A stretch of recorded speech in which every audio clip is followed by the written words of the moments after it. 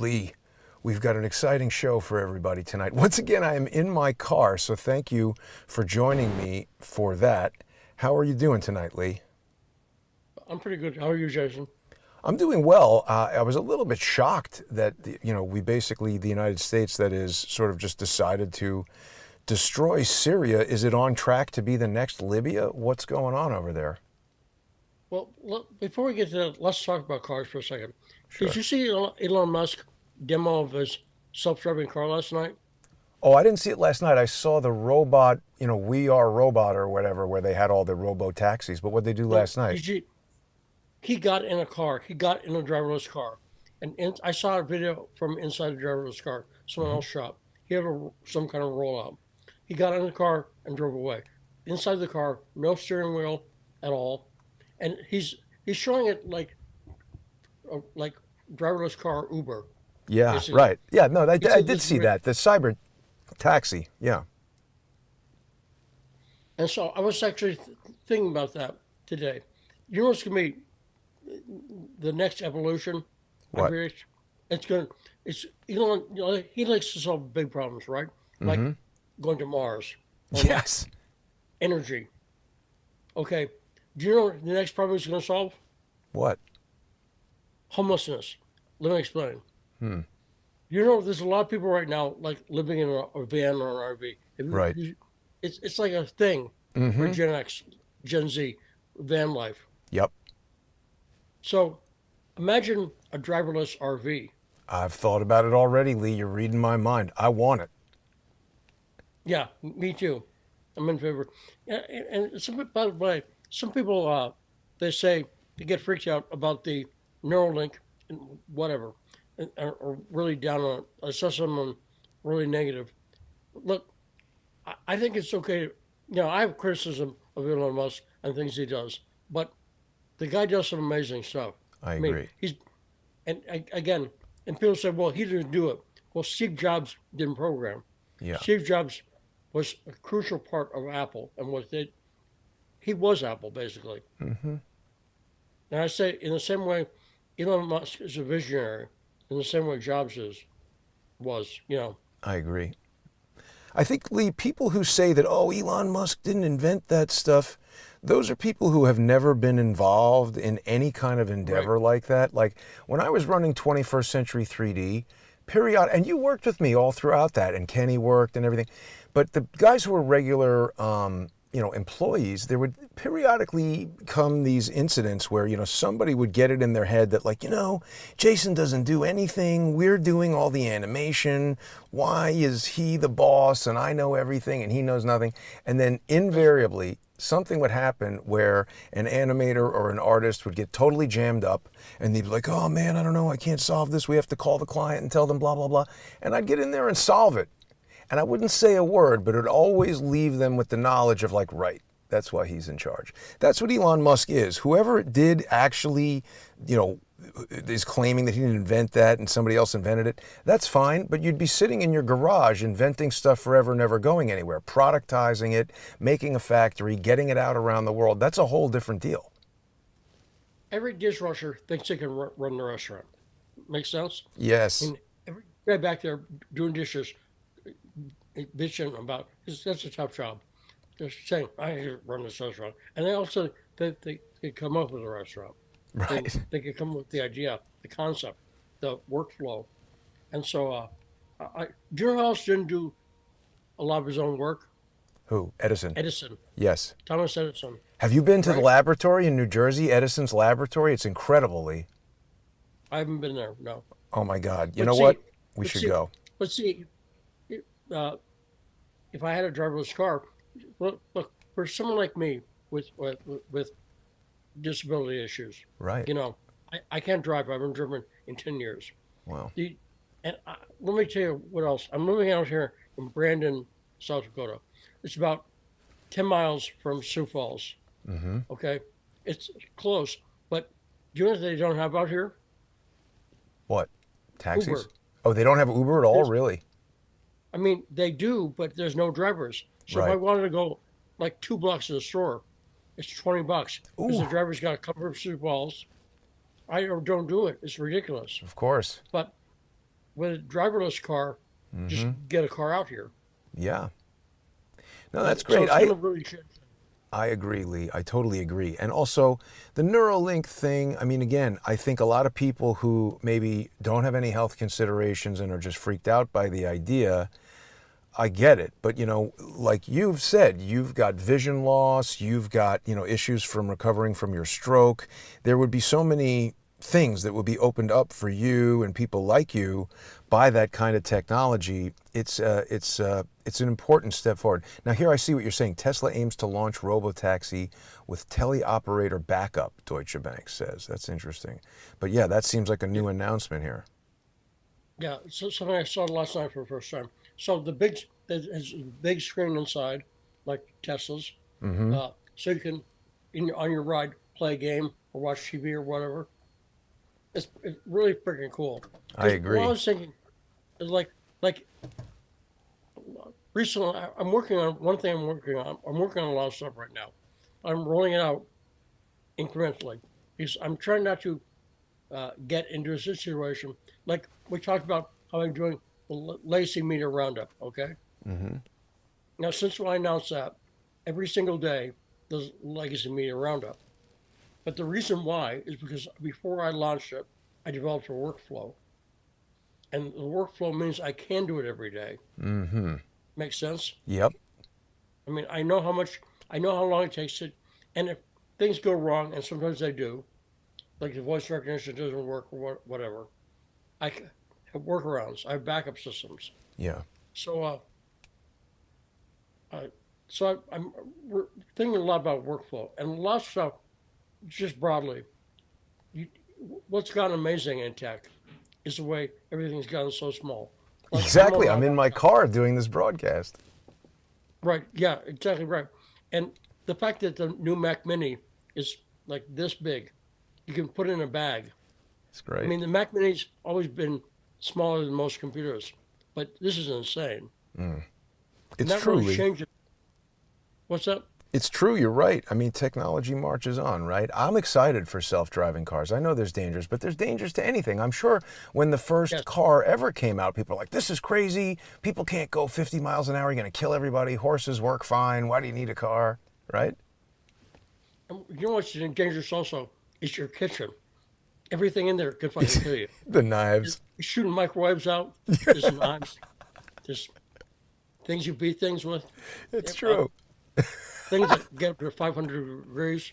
You Yeah, know, you're right. in a person's home. It's crazy. You It's can true. drown in the sink.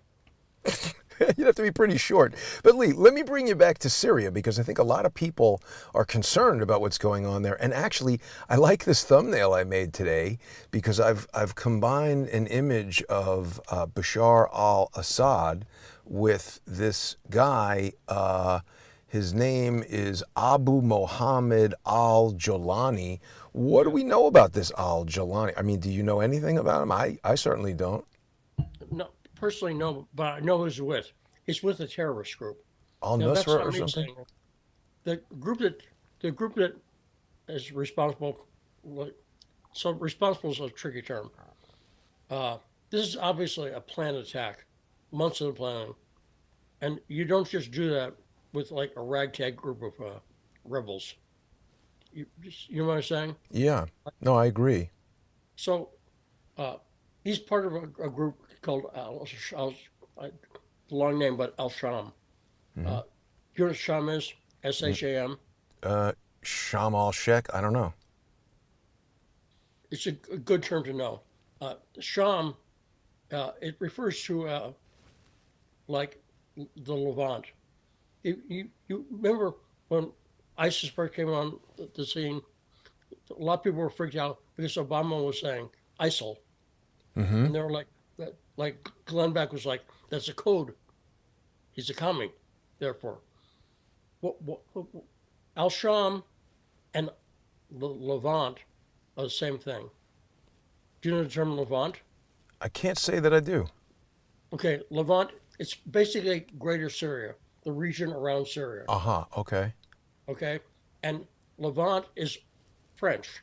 That's why it sounds like that. Levant, right? Oh, yeah. And there's a huge French influence in Syria. They must have invaded it at some point. And Oh, no, no. Sorry, I'm thinking of Lebanon. Yeah. When I went to Lebanon in 2013, I'd never been in the Middle East before. I was surprised because I only knew a little bit about it when I went.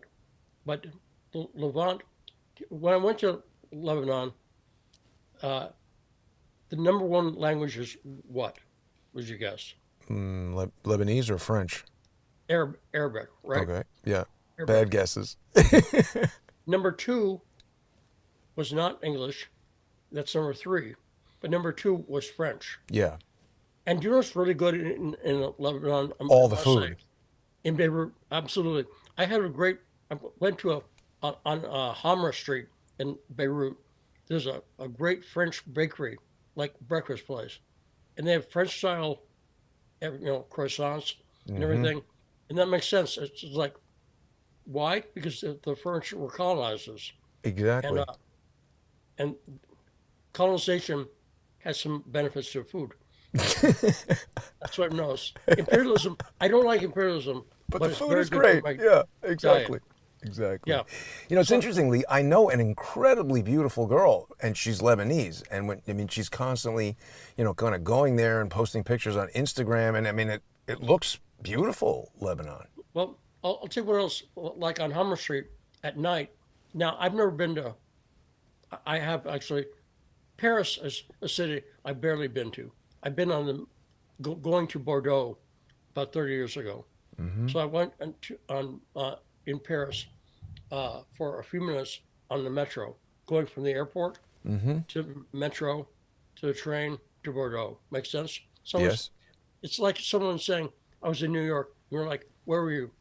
LaGuardia. Long Island Railroad, right? It's not the same thing. Right. And and but I yeah, I've heard about Paris cafe life.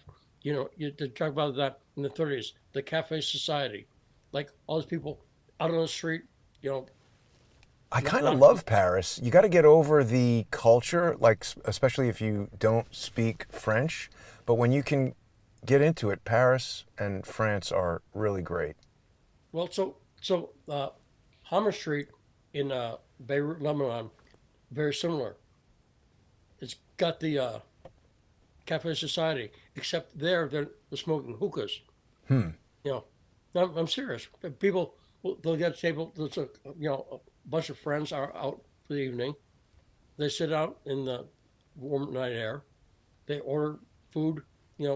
Maybe split some hummus, something like that. Hmm. Great hummus, by the way. They do that well too, and they smoke a hookah, and everyone shares a hookah. Hmm. There's nothing. It's not weed, Yeah. No, I know. I don't really like those hookahs. It dries out my throat a lot. but it's a thing, Yeah. and so it's a cafe society. Beirut is very much like France, and when I went over there, Tucker Carlson and I were emailing a little bit, Hmm. and Tucker said Beirut is one of his favorite cities in the world. Wow. And when I knew Beirut, a lot of people who never, because I'd never been to the Middle East, uh, but I went there because the Syrian war was starting, and all the refugees were coming into Beirut. I didn't want to go to Syria because I didn't want to die, Right. and people were kidnapping journalists then. But so, But I Lee, think how did that start? How, is it a civil war, or is it the United States again provoking crap and saying it's a civil war? it's right. I'll, for lack of a better look, if I refer to the people who invaded as the rebels periodically, to me that's propaganda. But Yeah. you know, uh, I'll use it sometimes because it's common parlance. Hmm. So the way it started, well, well, wait, I want to finish my story. Oh, So sorry. yeah, so I was just saying. Uh, so I went over to Beirut, and I thought I I thought it would be like Beirut, Lebanon, a camel and a tent, Right. right? And so I knew Beirut was different than I thought it would be when I was at the mall, standing outside the lingerie shop and the cronut shop. Remember cronuts? You had those in New York. Yep. Yep. Croissant donut. Yeah, right. And so, and again, I was at a lingerie shop, outside like a Victoria's Secret window. So when you think of Beirut, you think it's all burqas, all black burqas. Every Lebanese woman I've ever seen is like, what? Beautiful. Right, Yeah. exactly right. And so it's very different than I thought. And what else I thought, I like, there's like a video, it's a few 2013. So there's video stores, like cassette stores, DVD rentals. And when I went in, it's all American films. So I realized America's cultural influence is so omnipresent. You know, Yeah. that's where it really comes in. So the way it started was ultimately like me, I like history. So I go back to Hillary Clinton instituted something called Civil Society 2.0. Now I've talked about that before. In Yeah. fact, in Igor Lopatin's film uh, Revealing Ukraine, I talk about Civil Society 2.0. That was a program that Hillary Clinton, as Secretary of State, initiated. And here's what Civil Society 2.0 was.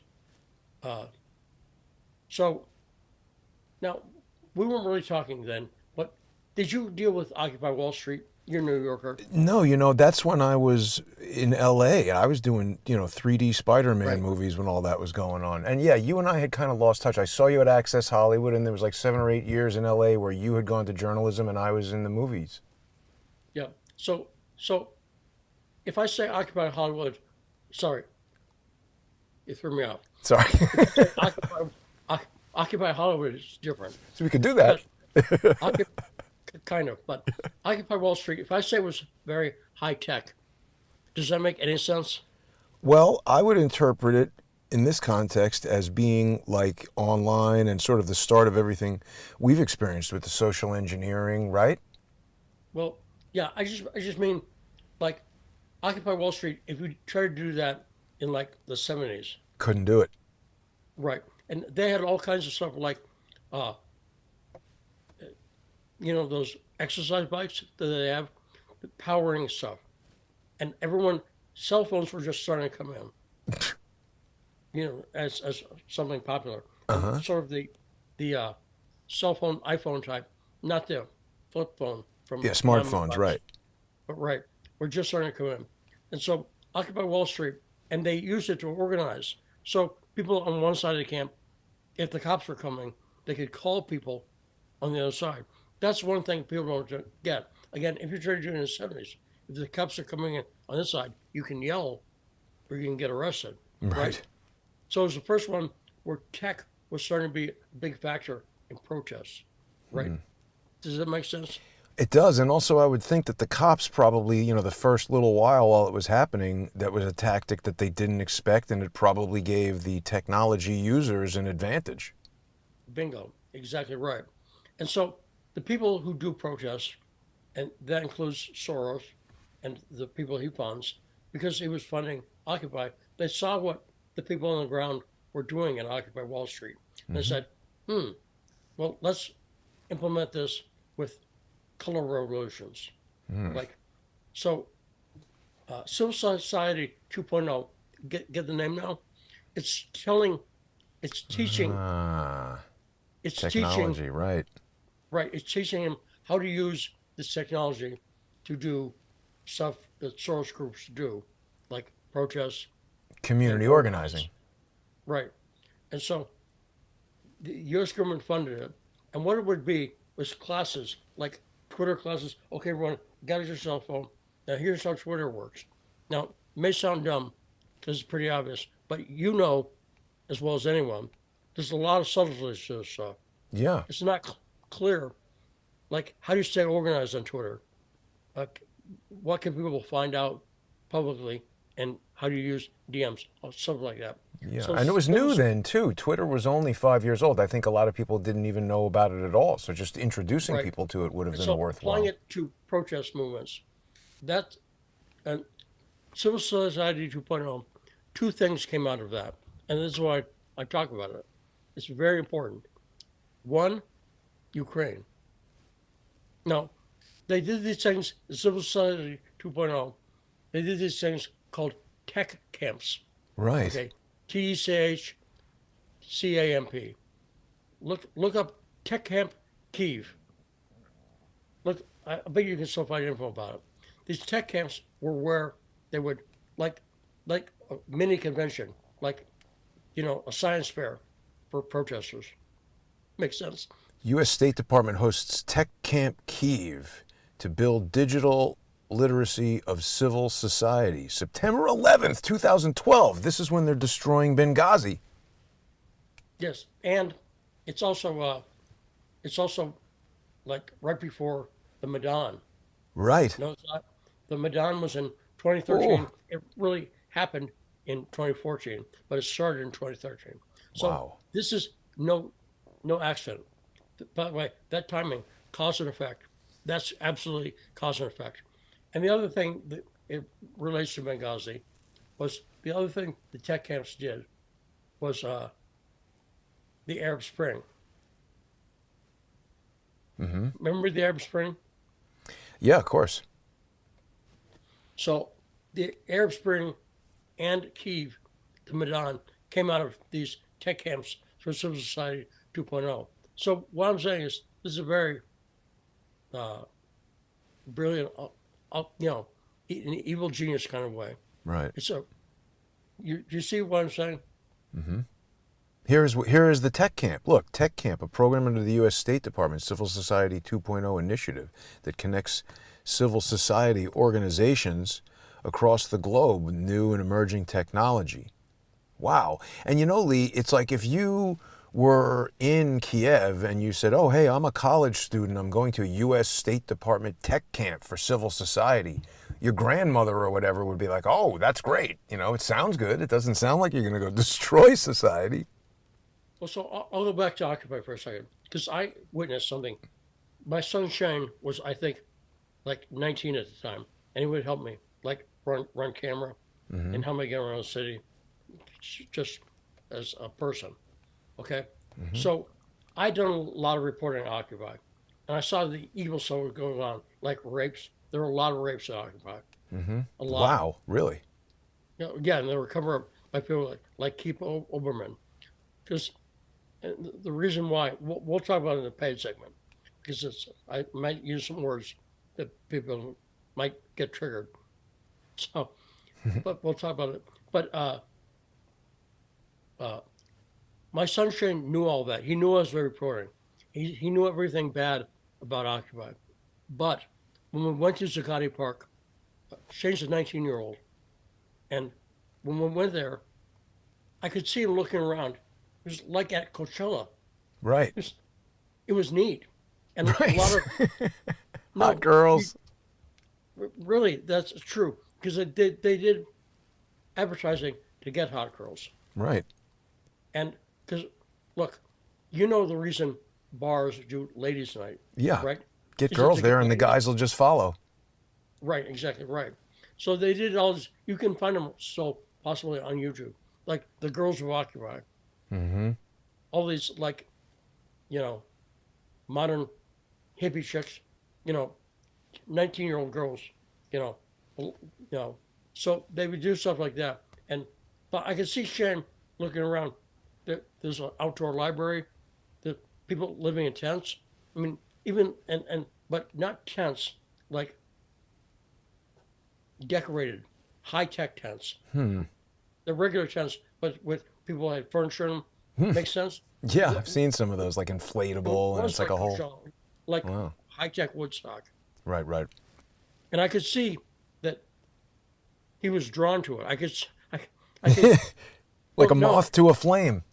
yeah, but and he knew all the stuff I was reporting. He didn't agree with it ideologically, but look, you get something like that. You or I would have been attracted to it. You would, Sure. if you or I, when we were younger at least, uh, would have been there. This is neat. You know, make sense? Well, plus, if there's one girl that you're interested who's going to that, you're in. You're there. Right. And that's why, because I knew the guy who did it. The way they got the crowd there, it's Zuccotti. At first, no one was going, and then this guy Malcolm Nance made an Oh, announcement. yeah. He spread the lie that Radiohead was going to play, and everyone, Radiohead was big back then, Right. and everyone went to see. It was a lie, but it was a smart lie because like Crosby, Stills, Nash had played it there, but Graham Nash on acoustic guitar. I want to say that to 19-year-olds, Radiohead. Okay, I'll go. Mm-hmm. Oh God, we're gonna go. It's like a show, and it You're was right. a lie, but it got people down. Yeah. So, Well, so it's sort all of the tickets, exactly, sorry to interrupt you, Lee. It's sort of exactly what Kamala Harris just did with Beyonce, kind of trick everybody into getting there. But listen, Lee, we're hitting half an hour here. So what I would suggest is, why don't we carry on the rest of the conversation in the sponsor exclusive segment? People are going to be able to join us if they sponsor you, Lee, on patreon.com/Stranahan, or if they sponsor Crowdsource the Truth on any of the Crowdsource the Truth sponsorship channels. We've got odyssey.com/@crowdsourcethetruth, crowdsourcethetruth.substack.com, and Subscribestar and Patreon. Please make sure you check out Lee's page as well. We will be right back in 5 minutes. Lee, you want to take us out with something quick? can you promo real quick? Yes, please. I want to promote the fact that we got the merch store up at for anybody, but for citizens or school stuff, I'm doing T-shirts, hats, stickers, all kinds of stuff. Merch store. These are not AI pictures. They are kind of, but you can buy a real hat. Real AI women, real hats. Is that the idea? right. Yeah, it's real merchandise and kind of neat stuff like embroidered hats, quality stuff. Nice. That's one thing. And I'm doing a new podcast. I think I told you about it. It's called Lee Has Three Questions. It's a Oh, yeah. 5-minute podcast. It's a podcast where I interview someone and ask them 3 questions. And the premiere episode will be out tonight. Now, once we launch it, it's going to be for paid Patreon members only. $5 gets you in the door. So it's cheap. But the guest tonight, Rabbi Yaakov Shapiro. He's a good guest. Yeah. And it's super short. It's 3 questions, all meat and potatoes, all killer, no filler. Nice. That's good. All right, definitely. People should go check out patreon.com/Stranahan. Great way to support Lee, and you've got all that wonderful information there that he's talking about. Just head on over to Patreon, and you can even join for free, but it's best if you sponsor Lee. It's a reasonable fee, less than a magazine in most cases, and we've got to keep independent journalism going. Lee, with that, we're going to carry on here in the sponsor exclusive